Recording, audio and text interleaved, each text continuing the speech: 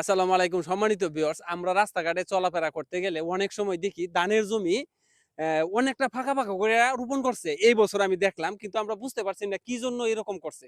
এখন আমি এক জায়গায় আইসা দেখলাম, দেখে বুঝতে পারলাম যে বিভিন্ন জায়গায় আপনারা যখন গাড়িতে যান তখন দেখবেন রাস্তার পাশে কিছু কিছু জমি হচ্ছে আপনার ৩ ফুট ৪ ফুট দূরে দূরে এক একটা ধানের সারি দেয়, বা ২ ফুট ২.৫ ফুট দূরে দূরে। আমি আমার মাথায় ধরছে না কি জন্য এটি দেয়, কি জন্য দেয় আপনাদেরকে দেখাইতেছি। দেখুন, এই যে দেখছেন কি একটা আ প্রযুক্তি ব্যবহার করা হইছে। এটা হচ্ছে আপনার কচু রোপণ করা হইছে, কচু। তো কচু রোপণ করা হইছে। এই ধান কিন্তু ধরেন আর ১৫ দিন পরে এটা পাকবে, বা ১ মাস সর্বোচ্চ। পরে কিন্তু এটা ধানটা সংগ্রহ করার পরে এই জমিটা খালি পইড়া থাকবে অনেকদিন। এজন্যই কৃষক হচ্ছে এই যে কচু রোপণ করছে। তো কচু কিন্তু এটা লতাও হয়, শাকও হয়, আবার তরকারি হিসেবে কচু খাওয়া যায়, যে দেখুন।